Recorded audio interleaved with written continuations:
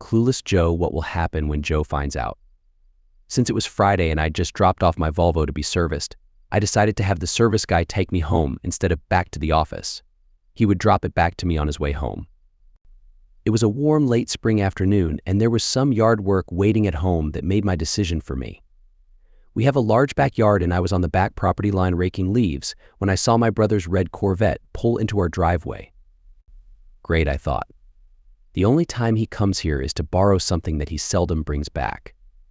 As I got near the driveway, I heard my son Sam call out, "Hey, Dad." What brings you to the land of wimps, Dad? Why did my son call my brother Dad? And why is this the land of the wimps?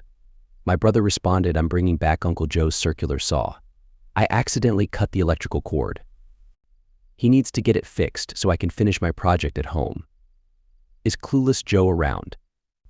Clueless Joe? My name is Joe and I hardly think of myself as clueless. Maybe I am. Maybe I should just stay on the outside of the garage and listen to this offensive conversation. Of course, I turned on my cell phone to record the conversation. Sam spouted, "Clueless car isn't here. He rarely comes home before 5 and I try not to spend much time with him anyway. So, no, I don't think he's home. Say, now that school is out, when am I going to be able to spend some time at your place? It's a lot more fun than being around here. I'd love to have you come and stay, but your mom wants to spend as much time as possible with you. You're her only child, and as you leave, she'll be lonely. Give her some slack about this. She's supposed to spend some time with me Thursday afternoon, so I can ask her about you staying a week or two with me this summer. It was chilling to hear my son ask, why doesn't mom divorce Clueless and move in with you? I didn't know she regularly spent afternoons at his house. Oh no, things started to come together that I didn't like at all. Maybe I am clueless? My thoughts of what was happening were crushing on me. Eric bragged, ever since I got her pregnant with you, I've asked her that monthly. She says no. You are a great friend, but you'd be a lousy husband. I have a husband that I really love and cherish. Every moment with him makes me feel like I'm the luckiest person in the world. Granted, my experiences with you are amazing, but he makes me feel loved. I love him, and I certainly don't love you. That my son is why she won't divorce Joe Tyndall but will see Eric Tyndall every once in a while. I've got to go now, but I'll see you at your grandparents' tomorrow at noon for the annual family birthday party and Memorial Day lunch. At this point, my legs turned to spaghetti as I slid down the side of my garage wall into my hosta garden. My world was shattered. My son not being my biological son was gut-wrenching. My wife getting pregnant by my brother, then having a relationship with him on occasion was overwhelming. Somehow, I stumbled back to where I was working and sat on the rope swing. A swing where I spent many hours pushing my son to his delight. I sat on this swing and cried until I had a huge mud puddle at my feet. What was I to do? Before I did anything, I needed to assess my entire situation. Then I thought of my redemption, the DNA test. Several years ago, Carol, me, and Sam all took the 23andMe DNA test. How could that be incorrect? But what if Carol threw away my test and put Eric's saliva in a test tube with my name? That would hide the real parentage of Sam. What an awful thing to do. They threw away my legacy and replaced it with that jerk's, purposefully denying my right to know I wasn't the father of a boy that I so desperately loved. When that thought of redemption was disregarded, I needed to take stock of my present world. My name is Joe Tyndall, and I'm 43 years old. I don't weigh much more now than I did in college, 175 pounds. I'm slender and wasn't a jock in high school or college. My specialty was running and I excelled on our high school track team. Now the distance running I used to enjoy is interrupted by family and work obligations. But I still get a few miles each week, sometimes running in a 5K or 10K event for charity. Employment for me is the dual role of Chief Finance Office and Chief Operating Officer at Tyndall's Machine Company in my hometown. My great-grandfather started as a blacksmith sharpening plowshares and putting iron rings on wooden wagon wheels. Grandfather Tyndall and my father Edward followed suit, with each of them adding the newest metalworking machinery of their times to the business. Now we do precision parts for the aerospace and metal replacement parts industry. My father Edward is president and brother Eric is the chief marketing officer over the 50-person business. Dad didn't go to college but attended the best trade school available at the time. I have bachelor's degrees in industrial engineering and accounting, thus being CFO and COO. Younger brother Eric's physical structure was the exact opposite of me. He is 6 feet 5 inches tall, 5 inches taller than me, and over 50 pounds heavier. He was the consummate jock, large, loud, arrogant, and a real bully. He was a crowd favorite as a running back in high school football. A small college scholarship paid his way through school while I had to work and get school loans. The only reason he graduated from college was because instructors kept passing him to keep him eligible for football. Eric's degree in physical education was of no use to him or any other employer, so he started working for Tyndall as a junior mechanic. Much of our work requires precision, and this was not his strong suit.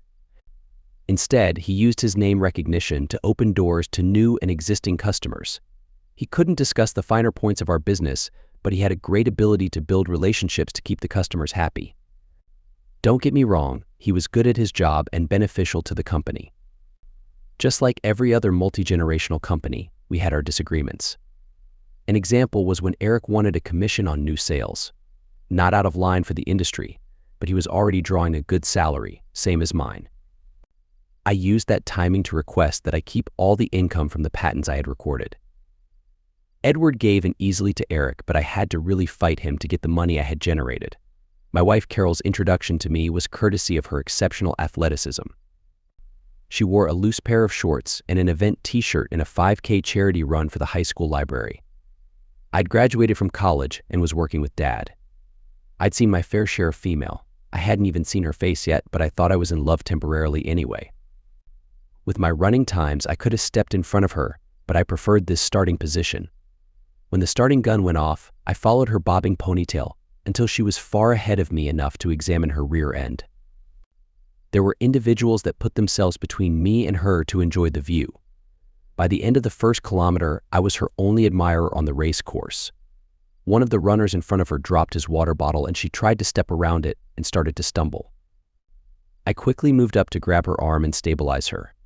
She grinned and said thanks. I really didn't want to fall on this concrete street. I'm Carol. Hello, Carol. I'm Joe. Can I run with you? Just to rescue you from falling. She grinned at my request and said sure. That was the start of our relationship. Carol had her degree in secondary education and was working as an English teacher. A year after we met while running, we were married in Carol's home church. After 2 joyous married years, we decided to start our family. In spite of repeated evenings and weekends filled with love and connection, Carol didn't become pregnant. Diets were changed, and we tried different approaches, but our whole lives were guided by the hope of starting a family. Neither of us really wanted to be tested for fertility at this time. Maybe in a year or so, but not now. I was heartbroken as I wanted to have at least 2 children, regardless of their gender. Both of us relaxed and returned to the intimate aspect of our relationship. Just a couple of months later, Carol missed her period, but didn't want to jinx it by telling anyone, including me. When she missed the second, I was overjoyed. I was brought up with the idea that family was one of the most important factors in a person's life. The Tyndall family had been in that community for over 100 years. Photos of the generations at our parents' house displayed the pride we had in our family. Pregnancy was not without its challenges, as Carol was advised by her doctor to rest during the final 2 months. The delivery was complicated, but luckily both my wife and newborn son were safe. The embryo that became Sam enjoyed the warmth and nourishment that Carol's womb provided. Sam became so large for her pelvis that he had to be born by cesarean. While in the surgical process, the doctors discovered a situation that made it clear that another pregnancy could be dangerous for both mother and child. Something neither one of us wanted, so we acquiesced to the recommended surgery. Knowing this was it for us, not having more children made Sam even more special to us. Sam was a spirited young boy, constantly active. He and I enjoyed playing together, much to Carol's dismay. The hours of us playing sports were countless. His grades were not exceptional but slightly higher than the average boy of his age. It was after his 15th birthday that the relationship between us started to strain. I attributed it to the normal conflicts between parent and child at that age. We used to talk for hours, but now he seemed too busy on his cell phone and gaming console to talk to his dad. When I tried to initiate contact, he became moody and disrespectful. From what I gathered, it seemed like he thought being an accountant was less impressive than other careers. Part of that idea probably came from the fact that he was now taller and more muscular than I. Over the years, Carol continued to be the perfect wife in every aspect. Between her knowledge, intelligence, and total dedication to her work, she was now the principal of McKinley School, a school that aimed to provide special attention to students facing difficulties in their academics and social interactions, like conflicts. I did notice that this stress of supervising unruly students made for some conflicts at home. She'd make critical comments about something I did or didn't do according to her definition of the task. Her annoyance with me rarely extended to bedtime.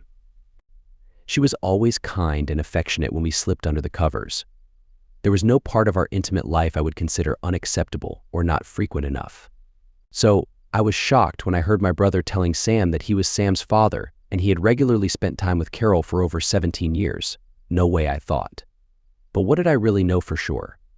Creating the biggest doubt for me was how Sam had the same body frame as both Eric and Edward.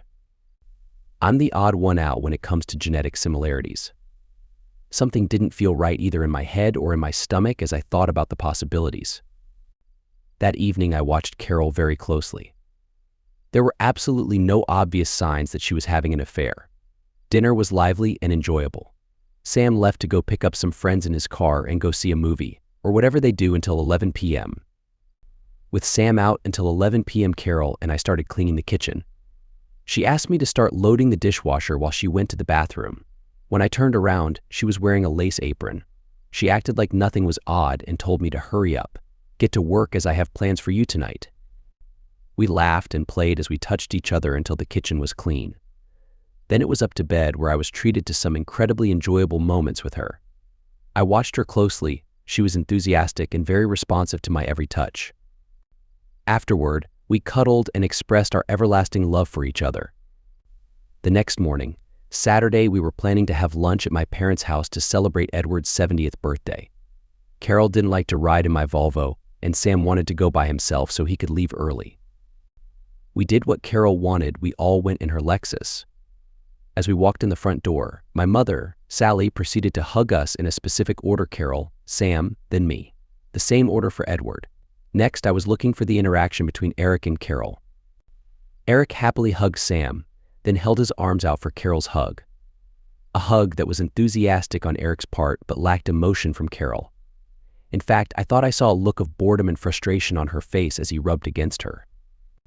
That was not the reaction I expected between two people who had been together for 17 years. Me, I got a hand clasp and a friendly tap on the chest from Eric. He delighted in bumping his 46-inch chest against my 36-inch chest in a form of comparing strength. My thoughts were to investigate the possibility of an affair and parenting controversy. Not to be nosy, but to be more like the bumbling Inspector Clouseau from the Pink Panther series. Maybe shake things up and see if any secrets are revealed. During a lull in the conversations, I cast out the first fishing line: Eric, I have to go talk to our CPA Thursday afternoon. Will you be around the office to cover for me? I said that, knowing he had no understanding of accounting processes and would be of no help to anyone who called me. No, Joe, I'll be out of the office too. Big project in the works. Carol blew a couple of bubbles in her iced tea with her nose. That means I'm getting close to finding something out. Well, big fella, is it something you will get all sweaty and tired from? Nah, I've worked with this person many times and I've always come out on top. The look Carol gave him was more intense than any of our cutting machines. I could see the color draining from her face. No one made a noise of any kind, no fork against plate, no clinking ice in their tea. The silence in Mom's dining room was deafening. Eyeballs were moving between the five of them. That also gave me a clue that they all knew about the infidelity. I thought I could hear the tension rising in the room. This is just what I wanted. Be clueless Joe to the five of them, but underneath the clumsiness, I was understanding what was happening. Dad broke the silence by saying, well, you guys get your calendars to see who goes where. He continued, I'm glad you boys came today for my birthday. My grandfather bought this 160-acre tract while it was miles from town. He'd be proud that the land is still in the family and our family business is going strong under Eric and Joe. As a result of my confidence in you boys and my advanced age, I am going to retire from being president of Tyndall. Eric will be the new president. There will be a change in the salary structure, as Joe's new salary will always be 75% of Eric's. I really want Joe to stay in the company and be rewarded for his good work. With Joe's income from patents, both of you boys will have about the same income. Carol squeezed my arm and gave me a warm smile. So I will answer directly to Eric?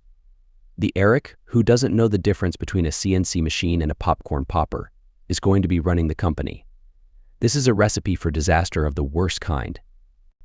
Listen, little brother, I've always been the take charge guy while you have been the numbers guy. It takes an assertive person like me, rather than someone like you, to be the boss. Get over it, Joe. Once again, I win, you lose. That's enough, boys. Eric, you won't be the boss. I'm still the chairman of the board and outrank you. I own all the stock. You will run the business like I tell you to. This company has been in the family for over 100 years, and I won't let it fail while I'm in charge. We are Tyndalls, and the important family legacy is in our hands, just like the men on the wall.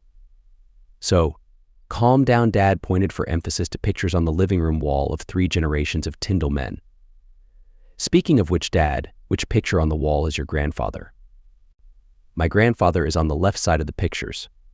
My father is next to him, and I am on the far end. I would have thought you knew that. I was just confirming it as I have a question. Looking at the 3 pictures, it seems I bear no resemblance to any Tyndall, living or deceased. Different body style, hair color, or facial expression. Eric and Sam look like a Tyndall, but not me. I don't understand that my mother's shoulders shrank. Her face turned gray at the same time as Dad's became red. Once again, silence filled the room while eyes moved between my parents and Eric. I found the best way to get people to open up is to drop something unexpected. Then be quiet and let them handle it delicately. Joe, you might as well finally know the family secret. Your mother and I were planning on getting married, and your mother got drunk at her bachelorette party and got pregnant. She and I were also intimate, so she thought she was pregnant by me. She had no way of knowing. We were married before she even knew she was pregnant. We both were surprised but happy because I thought I was the father. You were. A weak and undersized baby. We thought it was because of your mother's pregnancy problems. You were a sickly baby, and we almost lost you when you had the mumps. It was touch and go for several weeks. Joe, you were about 10 years old before we realized that you weren't my biological son. Sally had hidden the fact that she had a relationship with someone else prior to our marriage. She said you looked very similar to this other guy. When DNA tests became readily available, we tested and confirmed you are not my biological son, but Eric was. Well, that answered some questions about how I was treated compared to Eric. This was not the bombshell I was expecting. I was digging for information about Sam's biological father and got hit with this revelation. Everything had turned upside down for me. Not much I could do about it now, but I did have more questions. Mom finally spoke and said that doesn't mean we don't love you as much as Eric. We raised you as our son, and both of us still consider you as our son. That was comforting to hear from her, but what does this have to do with what I heard Sam and Eric saying? Okay, Dad, that explains why Sam and I have different body types than Eric. There's another thing I'm curious about, though. Joe, your mother and I were trying really hard to have a baby, but it became stressful for her. She thought she wasn't able to have children and came to ask for advice. We realized that you had a severe case of mumps when you were younger, which could have made you unable to have children. We wanted a baby for our family and the Tyndall legacy, so we decided that Eric should be the one to impregnate Carol. At first, Carol wasn't sure about it, but she understood that it would benefit everyone in the family. We didn't want anyone to find out, but we knew it would eventually come to light due to DNA tests and the differences between Tyndall and non-Tyndall body shapes. My mind was flooded with emotions. I couldn't fully process this shocking revelation. Both my mother and wife surrounded me, embracing me with love and compassion. Tears welled up in their eyes as they witnessed the pain and confusion I was going through. Mother whispered, "My son, I'm so proud of you." Carol whispered, "My husband, I love you so much." Dad added, "Joe, we had hoped that you would understand and find comfort in the love your family has for you." Gee, Edward, may I call you Edward now that I know you're not my biological father? Why would you think I wouldn't be hurt by this humiliation from my own family? Sam angrily interjected, "Now you know how humiliated I felt. Having people assume you're my father instead of someone like Eric. It's been tough. Everyone turned their attention to Sam, disapproving of his insolence. Carol slapped him and shouted, "Joe has been the best father to you. He has done everything to make you happy. I've seen kids with far worse fathers, but Joe has been incredible. You should be grateful," I sarcastically remarked. "Why didn't you inform me about your concern for my feelings earlier? Instead, you lied to me all these years, and I proudly introduced my wonderful son, not knowing the truth. You all made a fool out of me." Once again, the room fell silent. "We couldn't tell you, Joe. We thought it would hurt you too much, and we hoped it would never be discovered. We also needed you at work. You're the brains and talent behind everything we do. We couldn't afford to lose you. We even had a headhunter tell us that the salary we paid you was far below your market value. I can't wrap my head around all of this. You convinced my brother to father a child with my wife instead of me. You kept me in a lower position at work so that you could benefit financially. You made me believe I was in line to lead the company, but apparently, Tyndall blood holds more importance than competence. This is all too overwhelming for me to comprehend. Next, you'll be telling me that my wife is still involved with Eric." There it was, the moment of truth. I anxiously awaited her response, hoping she wouldn't confirm my worst fears.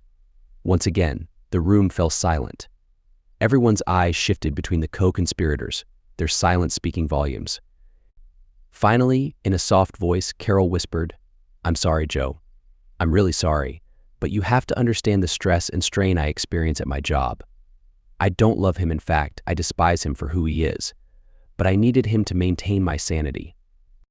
With those words, she collapsed to the floor. Part of me wanted to comfort her, but the pain she caused me made me hesitate. She had to face the consequences of her actions. "I'm sorry about all of this, son, but we..." "Son? You're such a hypocrite, calling me son after shattering my entire existence. You showed me the bare minimum of affection compared to Eric when we were growing up. You encouraged my wife to betray me and forced me to raise Eric's child as my own. All this time, you were laughing and mocking my complete obliviousness to the utter disrespect you had for me. I'm done with this toxic family. You claim to have done this for me, but it's clear that you were only concerned about your own selfish motives. None of your actions brought me any happiness. They only broke my heart. I feel like a helpless orphan, abandoned without anyone to turn to." A heartfelt "screw you" to each and every one of you with those words, shouted with such intensity that spit flew from my mouth. I turned to leave. Just as I reached the door, a firm grip caught my arm. "I'm sorry, Joe. Since it means so much to you, I'll end my relationship with Carol. I've been with her for a long time, and she's become loose. I'd rather find someone else." The audacity of that man, offering my wife back to me as though she were some object. I spun around and aimed a punch at his nose, but my aim was off. Instead, my fist landed squarely on his throat. His eyes bulged, and he fell to his knees, making incomprehensible sounds. Carol and Sam rushed to his side, but their emotions differed greatly. Sam comforted his mother's lover, while he looked at me and called me a weirdo. The irony of it all. One weirdo calling another weirdo a weirdo. What a messed up situation you've created here, Ed and Sally. It's a complete disaster. Carol started kicking Eric, screaming at him for what he had done. I left the chaos behind and got into Carol's car. As I drove away, I purposely crashed into Eric's precious Corvette. In my anger, I also clipped Edward's new F-150 pickup. Overwhelmed by anguish and humiliation, I struggled to keep control of the car. In search of solace, I found an abandoned gas station and allowed myself a moment to surrender to my emotions. I cried until I felt physically drained, and then anger consumed me like a firework on the 4th of July. I pounded the dashboard with all my strength, my body exhausted and my mind numb. Amongst the chaos, I noticed my phone buzzing on the floor, likely filled with messages from the woman who was once my wife, now the epitome of betrayal. With a deep sigh, I found myself contemplating my options. I could remain clueless Joe and receive a pay raise, but I would have to answer to Eric or Edward as my superior. Seeing them every day would only bring me pain. Option 1 was not something I could accept. Option 2 was to quietly disappear, leaving behind an empty seat at the Tyndall family table. However, they hadn't cared about me when I was present, so why would they care when I was gone? Option 2 wasn't the right choice for me, but perhaps I could combine it with option 3. Option 3 involved me seeking revenge on the dishonest and hurtful actions of my family. It was time to make them regret all the terrible things they had done to me. I had made up my mind, and the only thing standing in my way was the fact that I was 20 miles away from home. The car belonging to the unfaithful individuals was left in the yard, not the driveway. I packed my computer, important documents, and clothes needed for the next few months into my Volvo. The rest of my belongings, which I wanted to keep but didn't need right away, were placed in Sam's Acura. As I made my escape, Sam's dog Bullet incessantly followed me around. He seemed to want to go outside. Dealing with that dog's needs had always been a hassle. I couldn't wait to be free from scooping poop, feeding, and walking a dog that never showed any affection towards me. However, Bullet did provide me with a small favor as a parting gift. He left a large, unpleasant pile of excrement next to the house. Laughing to myself, I swiftly picked up the steaming mess and took it into the master bedroom. I found the wedding cover that my mother and grandmother had made for us on our marital bed. It was called the wedding ring quilt, filled with different prints of wedding rings on each square.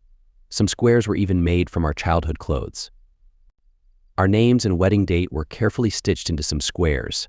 It held so many memories, so it seemed fitting to give that steaming pile of dog poop a place of honor in this house.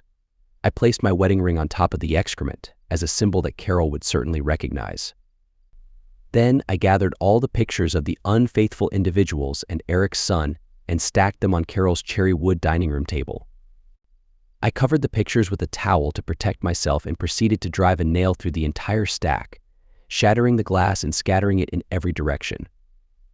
Now, I was ready to move forward. There was nothing and no one keeping me here. I got into my loaded Volvo and drove to an extended stay hotel on the other side of town.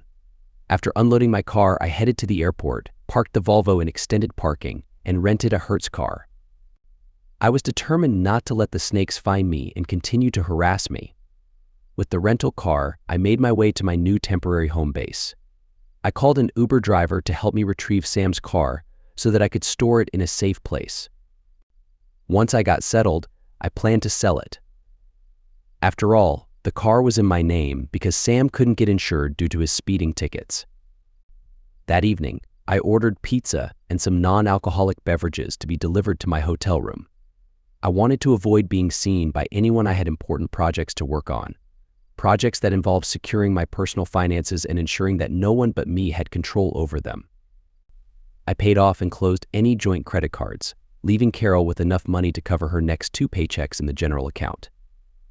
As for the college fund I had been saving for Sam, I transferred it all out, leaving him to ask his biological father for financial support instead. It was time for him to face his real dad. Feeling satisfied, I finally got some sleep that night, although it took some mental adjustments. The next day, I embraced my new role as Fearsome Joe. I had planned to pay a visit to Tyndall Manufacturing, knowing that it would be a Sunday and the office would be empty. The thought of it brought a light-hearted feeling to me. It was funny how that helped me sleep better. I parked my rental car at a reasonable distance from the front door of Tyndall Manufacturing. I could have parked in my usual spot, but I didn't want anyone to suspect my presence. After disabling and re-enabling the security alarm, I made my way to my office. As the CFO, I had access to all the financial accounts. Tyndall had multiple accounts, so I consolidated all the money into one main account. I set aside enough to cover 2 paychecks for the staff and maxed out the line of credit at the bank to add more to the general account. I then wired all the funds to our international account in the Caymans, which had been used for business purposes for years. Now came the fun part. I changed all the login names and passwords for every account, making them inaccessible for the time being. They wouldn't even know where to begin since the banks no longer sent monthly statements. With a chuckle, I altered the postal address for all the utilities to a fictional address in a different state. I sent emails requesting the closure of electricity, gas, water, telephone, and internet services. In the past, Tyndall Manufacturing had a habit of saving every piece of paper related to the business. However, I had implemented a cloud-based system a few years ago, digitizing almost everything. The only physical documents left were vehicle titles and warranties. The finance department had access to these files, but I had changed the passwords and logins to prevent anyone from spying on the accounts. I had also changed the passwords for any online CNC machines. Next, I made my way to Eric's office to retrieve anything incriminating from his computer. It didn't take long to find some video files of him engaging in inappropriate behavior with staff members, local wives, and of course Carol. I copied the videos onto my thumb drive and left his computer untouched. I wanted to save this evidence for later when the time was right. Lastly, I headed to the utility room. This was no ordinary room. It was heavily fortified and housed the main power line for our electricity. Tyndall Manufacturing consumed a large amount of electricity during operations. A single wrong move could be disastrous. Only the electrician and I had authorization to enter this room. It would take a few days for the bureaucratic process to shut down our electricity service, but in the meantime, I shut everything down from the secure room and replaced the locks. By the time they realized that the main transformer box was responsible for the power outages, it would already be too late. Opening that extra heavy door would require a significant effort. I threw all the keys for various rooms, cabinets, stock rooms, trucks, offices, and machines into a bucket of cleaning fluid to remove any trace of their intended use. Leaving the building that I had grown up in and once dreamed of making my lifelong workplace was a bittersweet moment. My aspirations of becoming the president, with Sam as my successor, had turned into nightmares, just like most of my other dreams. Throughout my time at Tyndall, I had attended numerous industry conventions, meetings, and breakout groups. While I worked diligently, Eric would often take his friends out for drinks and visits to unsavory establishments. Now, those connections and acquaintances from these events would become my new hunting ground for future employment opportunities. There was no reason for me to stay in this town any longer. I had friends I could rely on, but I didn't want to burden them. Fighting my way to success and starting anew in a different place seemed to be the only way out of this mess for me, even if it meant starting over at the age of 43. A week later, my attorney called to inform me about Edward's reaction. He was demanding that I be arrested for embezzlement, wire fraud, and grand theft. My attorney reassured the county attorney and Edward that all the funds were still intact in a Tyndall account. The money still belonged to the company. It was just a matter of them finding a new person to manage it. Edward would have to travel to the Caymans, something he despised, to take care of that matter. A month after serving Carol with divorce papers, my attorney contacted me again. He mentioned that Carol had been attempting to contact me and asked if I had responded. It brought a laugh to my lips. Of course, I hadn't returned any of her calls, texts, emails, letters, or any other form of communication. There were two legal hurdles that stood in the way of finalizing the divorce. Carol was contesting my taking of Sam's college fund and car. Even my attorney admitted it would be challenging to convince the judge on those matters. I agreed to let them have half of the funds if that would settle the issue. But if that wasn't satisfactory, I would consider filing a lawsuit for fraud.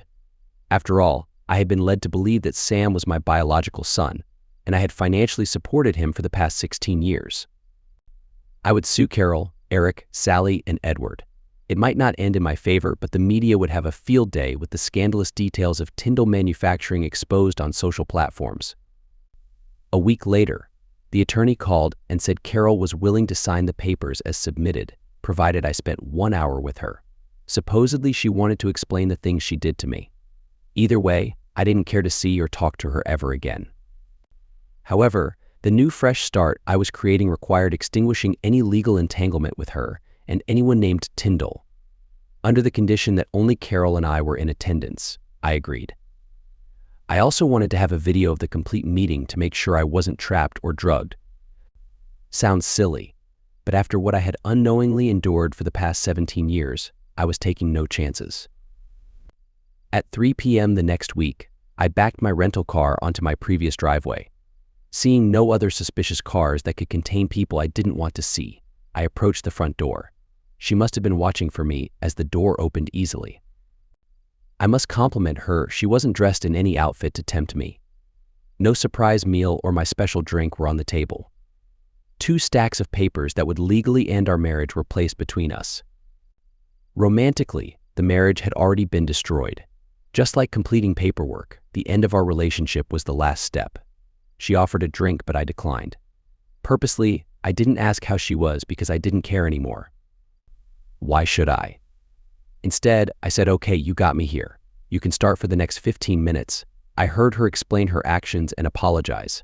Nothing new here. I tried to count the number of apologies and requests to reconcile, but I found her words boring. She even brought up past instances of forgiveness in our family's history. I wrote one time is less than 17 years at 24 times a year, equaling 408 moments on her envelope. It wasn't that many times, Joe. Okay, show me the math. How many times? With a small and trembling voice. She whispered, too many. There was no anger or rage in my face, just absence of emotion. Seeing my lack of interest, she came up with something for me. Do you want to ask me any questions? Staring directly into her eyes, I said, why? After a deep sigh, she began, you know, I got pressured into giving you a child from Eric's sperm. Your dad, oh sorry. Edward really wanted our family bloodline to continue. He was concerned that any other woman Eric had a child with wouldn't be good enough to carry the family name. Even while trying to get pregnant with Sam, I still had intimate moments with you, hoping you would be the one to get me pregnant. I really wanted to have your baby and be a family forever, but I messed that up royally. The thought of comparing her to someone Edward disliked was tempting. I'll just let her suffer the consequences for a while. I don't agree with your terrible conclusion, Carol. I've heard it enough times to be disgusted by the idea of Eric's baby creating a bond in our family. So continuing to be intimate with Eric after becoming pregnant was your way of keeping us as a family. Was it so much fun to continue some secret humiliation of me? No, Joe. That had nothing to do with you. Nonsense, I shouted. It had everything to do with me. I was your husband. You promised not to be with anyone else. Let alone my brother. What's wrong with you that you thought being intimate with anyone else was okay? No harm if I didn't know about it. I'm sorry I said that wrong, Joe. I meant to say it was more about me than you. When I decided to get pregnant with Eric, I found out that he was never as good a lover as you. He was rough and demanding. It was all about his ego and what it could do for him. Not me. I couldn't wait for him to impregnate me. I was happier to have that man stop being intimate with me than being pregnant. He was sweaty, smelled bad, and made me feel terrible when I had to go through that. Once I became pregnant, I stopped seeing him. Now all my intimacy was focused on you, because you loved me and wanted to please me, which you did. After being with him, I cherished how you treated me, both in and out of the bedroom, so you went back to him later, because I was too good a lover. Ridiculous, this may sound terrible. Yeah, this whole thing with Eric sounds terrible. Hurry up with telling this sad, sad story about how you had to be intimate with the big bad man that didn't please you. Please, Joe, I've only got an hour left with you to tell the story. I still love you, but I know I've ruined my chance with you. I just want to convince you that what I did was completely unrelated to our relationship. You were wonderful to me, the best partner a person could ever have. But I have a flaw. I have been very successful in my life, and it sometimes makes me feel superior. I begin to think I'm better, smarter, and more intelligent than others. I lose my compassion for others and act arrogantly. And you know I do. I needed a man to be harsh to me, and Eric fit the bill. Joe, this flaw became apparent after your mother and father convinced me to get pregnant by Eric instead of you. You mean when you were treated like a farm animal? I interjected. I suppose it was somewhat like that, as there were no expressions of love. We were just intimate, and I left. No post-intimacy cuddling, hugging was allowed. I found that I enjoyed rough intimacy, not the loving, tender intimacy we had. The only time I enjoyed Eric was when his actions were rough. As soon as that happened, I would lose myself in the sensations. It was just his actions that mattered, not my husband, my school, or my family, only the intense pleasure in the moment. After we both reached satisfaction, I would shower, get dressed, and leave. No tender goodbyes. I would only reach out to him when I needed rough intimacy, and no other time. Sometimes it was twice a month. Sometimes there was a 3-month gap. It didn't matter to Eric how often I went to his house. To sum it all up, Joe, I went back to being intimate with Eric because it humiliated me, and I needed that to humble myself and not be so conceited. Rough intimacy was what I needed. Not because you were a poor lover, but because I had this uncontrollable need. Besides, I was embarrassed to have you treat me like I wanted Eric to. You are a very tender, loving person, always treating me like royalty. I was using him instead of a therapist to address my superiority complex. Looking back at it now, I made a big mistake, and I'm sorry I hurt the best person I've ever met. One day, when this is all behind us, I hope you will remember the moments we were happy together. That's a pretty unbelievable story. At least I know most of the truth. Or do I quietly? She said, yes, you know the truth now, do I? Let's find out what I don't know. When was the last time he was intimate with you? The last time I was with him was when I was arguing with him after the terrible time at your parents' house. Do you do intimate acts with him? Every time this was answered with a nod of her head. And you enjoyed everything? Another nod. I'm guessing he didn't use protection. Head shook a no. Did you ever think that Eric could give you ASTD? Another shrug was the only answer. Did we ever engage in intimacy on the same day as you were intimate with Eric? She grew pale at this question. I always cleaned myself and then again at home. That didn't answer my question. How many times, Carol? Not many, Joe, but there were times you really wanted to be intimate and I didn't want to turn you away.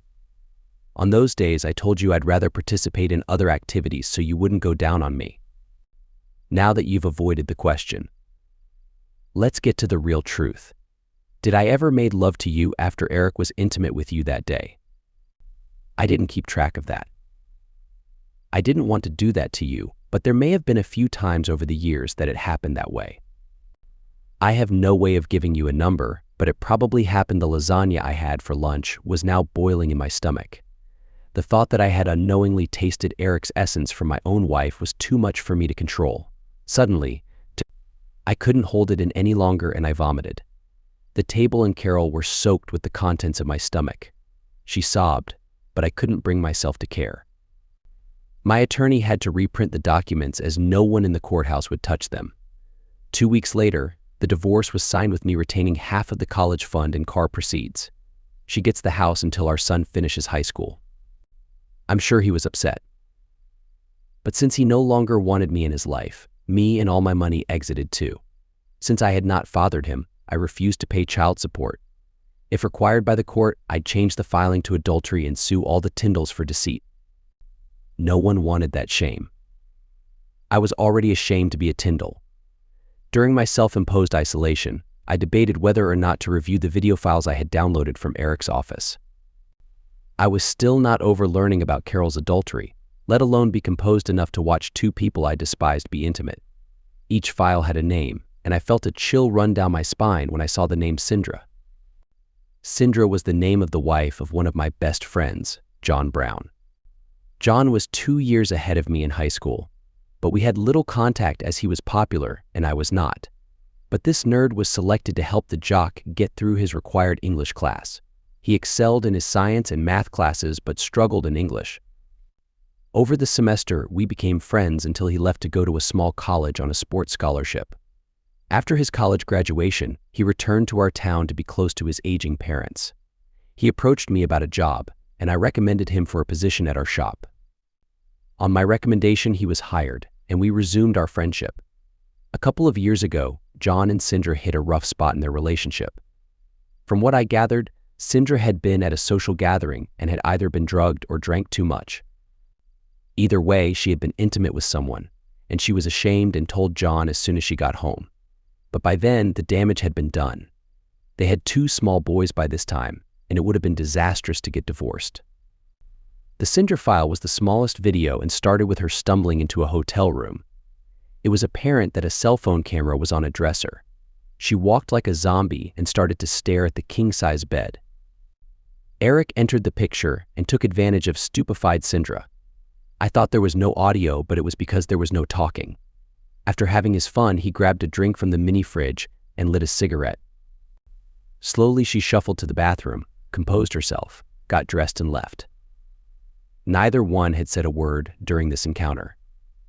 John had always wanted to know what had happened, but now I have some evidence in case he wants to seek revenge. I had John come over to my apartment to discuss something very private. After a couple of drinks, he asked about my top secret discussion. Unbeknownst to me, John, I stumbled onto a video of your wife involved with another guy. It appears to me she was either affected by something or intoxicated. I can either tell you who it was, show you the video, or both. Which way hurts you the least? It took some time for the big man to compose himself. Tears were building up in his eyes and his breaths were deep. I put my hand on his shoulder but didn't say anything. Who was all he said? Brother Eric. But she dislikes him immensely. Thinks he is a real jerk. Why would she be involved with Eric like I said, John? She looked spaced out. I'll show you the video to prove she was not the one initiating that encounter. After watching the video, he now knew the unknown guy that had relations with her after girls' night out several years ago. She didn't know his name or even why they engaged in that. She was sobbing uncontrollably while telling the story to John. Trying to speak calmly, he asked why would he be involved with an employee's wife like this. She said it was the only time and he never contacted her again. My guess, John, is that he didn't know her last name. Just affected the best-looking woman and engaged in that. He didn't need her name, just her private region. As he stood up, he said, "Thanks, Joe. Surprisingly, this is very helpful. I'm glad I forgave her then because she was so upset and sorry. Now I know the facts, but I don't know if I will share this with Sindra or not. I'll just have to play it by ear. Can I have this video, Joe? You sure can. I think it's the only copy. Would you be upset if suddenly your brother suffered some accidents in the next few months? Be my guest. It'll work in my favor as I've already kicked back once, so I'll be a suspect. Make sure I know the time so I have my alibis in place. Thanks, Joe. You're like a brother to me."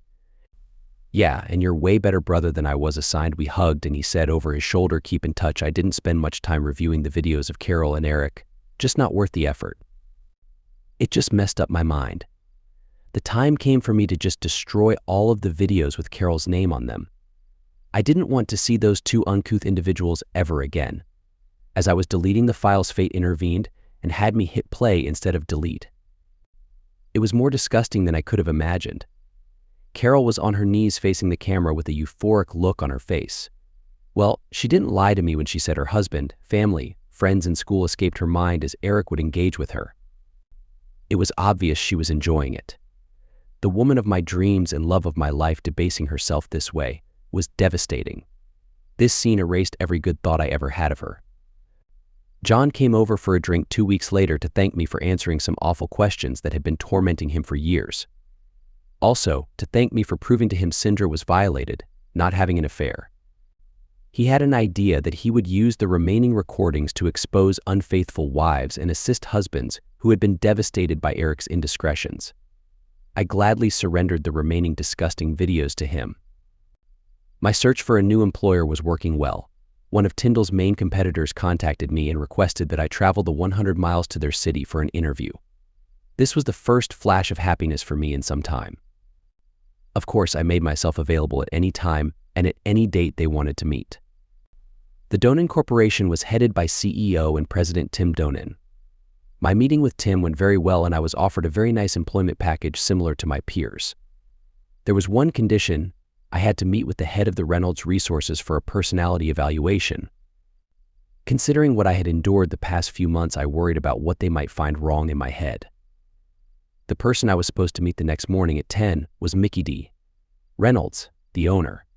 Reynolds Resources did more than personality evaluation. They also did all the HR duties, employee recruitment, corporate governance, and reporting for Donen MFG. Tim said this took a big load off his mind as he was a dedicated engineer, a guy enjoying projects more than paperwork.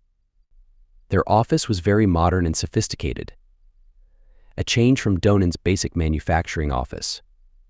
After giving the attractive receptionist my name, I was offered some coffee and a couch to sit on until Mickey D. would see me. Once again, no Mr. Reynolds, it's Mickey D. To my surprise, Mickey D. was actually Mickey D., a very attractive woman, probably in her early 30s.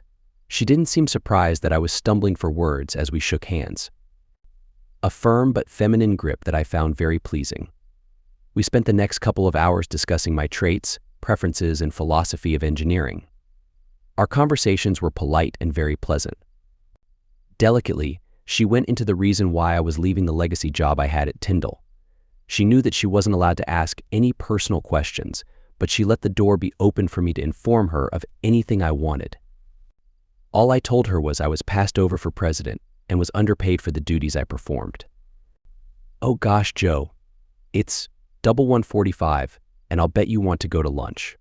I'll send my report to Tim and he'll be getting back to you with more details. Would it be outside of company rules for me to offer to take you to lunch?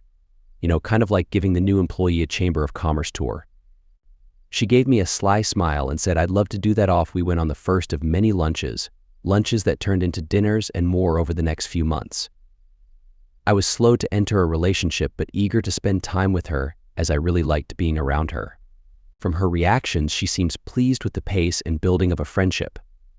During this time, Tyndall Manufacturing was having a struggle financially. Even though Tidal had the cash to pay all the bills, the money was just not available. Edward had to act quickly, as vendors and suppliers needed to be paid. He had to use his emergency asset to keep the company afloat. The 160 acres of prime development close to town was worth millions. However, the thought of mortgaging this property rattled all the cold bones of the Tyndalls that had owned that ground for over a century. The mortgage funds kept the company going until Edward went to the Caymans to get control of the money. However, the reputational damage was heavy. Instead of allowing Tidal to pay for material after 14 days, suppliers demanded cash in advance. This severely damaged their working capital, and the mortgage was not paid off as the Cayman money made it back to the States. Gradually, the details of the turmoil in my personal and business world came out to Mickey D. She was very understanding as her world suffered the upheaval created by a UPS truck that ran over and killed her husband 2 years ago. He was the founder and brains behind Reynolds Resources. She worked with him and held the business together after he was gone. Meanwhile, John told me that somebody attacked Eric in a dark bar parking lot. After being the recipient of several strikes by a steel pipe, Eric was begging for mercy. Laying on the ground, he reached up with his right hand. The attacker grabbed Eric's middle finger and bent it all the way back until he heard bones breaking. After a shriek of pain, Eric passed out and missed the admonition of the attacker, "That's for crossing the line with my wife." My job at Donin brought a great level of happiness to my life. I settled in, and since I didn't have a non-compete clause at Tyndall, I started attracting the best customers they had. They knew I had left the company and were happy to receive my contact information. I wasn't the salesman that Eric was, but I knew what they needed and how to produce it better, faster, and more efficiently than Tyndall. All Eric really knew about our products was that they needed to be paid for by somebody. Eric wasn't getting out much to call on customers. It seems he kept getting hurt one way or another, usually after he was leaving a bar. 6 months later, and after the divorce was final, the relationship with Mickey D was amazing. Besides being beautiful, loving, smart, and caring, she was fun to be with. After many dates and growing closer together, our evenings ended up being more affectionate. Not roughhousing, but lots of touching, rubbing, and hugging. One evening, it was apparent to me that Mickey was acting like she would enjoy spending intimate time with me. After dancing closer than usual, she recognized the signs of my romantic interest in her. She looked up with those beautiful eyes and said, "Shall we leave now?" "Absolutely." Then I hugged her with more passion than before. We couldn't keep our hands off each other on the way home. It was almost dangerous. But when endorphins are flowing, how could we stop? We got to her bedroom. "Did you bring protection?" she whispered in my ear. "No, I'm sterile." "That's why Carol had Eric's baby. What did the doctor tell you about being sterile?" "No doctor. My mother said I had the mumps as a kid, and that's why I couldn't get Carol conceived." "No doctor?" "The mother who lied to you about who fathered you and encouraged your wife to be with your brother." "If I were you, I wouldn't believe anything she said and get your own doctor's opinion." "Now, I'm ready for some intimacy." We were laying side by side in her bed while making love. After we had expended all of our energy, the topic of my fertility came up. I promised to go to a fertility specialist and have myself tested. Of course, I'd have to wait a week until my body regenerates. After an embarrassing turn in the jack-off booth at the doctor's office, I was told to come back in a week for the results. Since this topic was of interest to Mickey, I asked her to attend the next doctor's conference. The doctor didn't spend much time with us before saying I was not infertile. My team of baby makers only totaled 25 million, while the average is between 50 and 100 million swimmers. The mobility of my swimmers also met the average mark. He said that unless we were desperate to have a baby right away, he would recommend going about life with no worries about conceiving. Maybe some vitamins and no excessive drinking would give a small assist. But first, she wanted me to meet her parents. She had told them she was dating a great guy, that's what she said anyway, and they wanted him to come to the house. This may be the beginning of me having an actual family again. I was a little nervous as we drove up to a large but unpretentious house.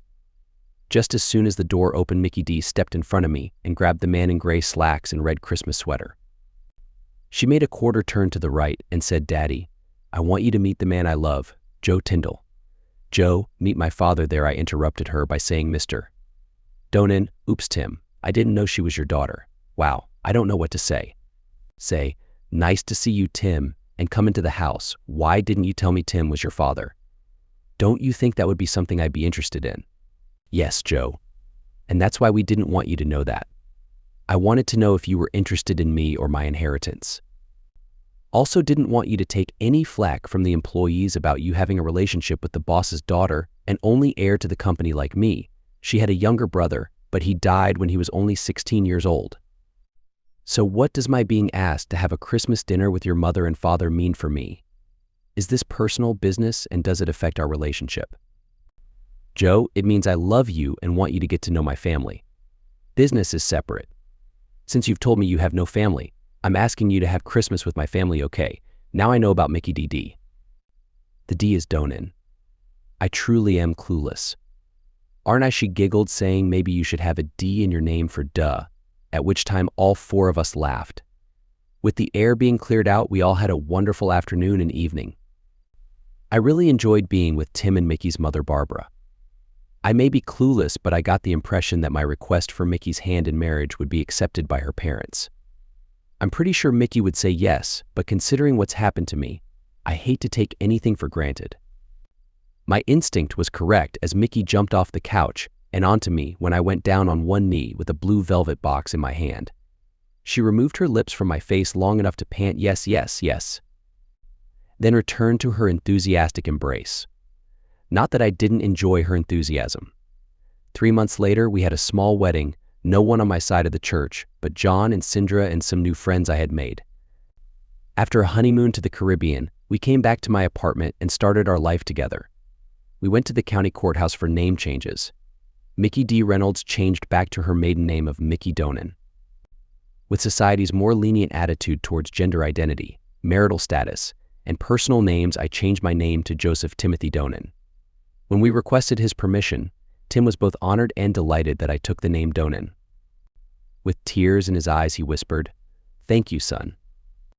My friend John found a file of Carol and Eric together and had the desire to avenge both his and my situation. John's son Tyler was the same age as the boys in Carol's school and played sports with them. Tyler provided John the text addresses of a number of junior and senior boys. Using a new address, John sent a copy of Carol and Eric's relationship to each of these guys with the heading Principal's Relationship, Class 101. A week later, Carol was walking down the hallway between classes when she heard someone loudly barking. She found it strange and turned towards the sound. There, a small group of senior boys were smirking at her. She wondered if something was wrong with her clothes, but as she turned back, another group of boys started barking. She remembered that the school mascot was a bulldog, so she assumed they were doing some sort of team activity for the upcoming game on Friday night. As soon as she stepped into the office, the barking stopped. For the next 2 hours, she didn't hear the barking again. But when she stepped out of the office, it started up once more. It was as if she had entered a dog kennel during feeding time. Occasional howls could be heard, but mostly it was just bark, bark, bark echoing wherever she went. None of the other staff members were experiencing this strange phenomenon. The next morning, as soon as she stepped onto the concrete parking lot, it sounded like the starting line of a famous dog sled race. All the mouths were now directed at her, as if she had a surround sound system turned up to the max. Hurrying into the building, she focused on the concrete beneath her feet instead of the dog imitations.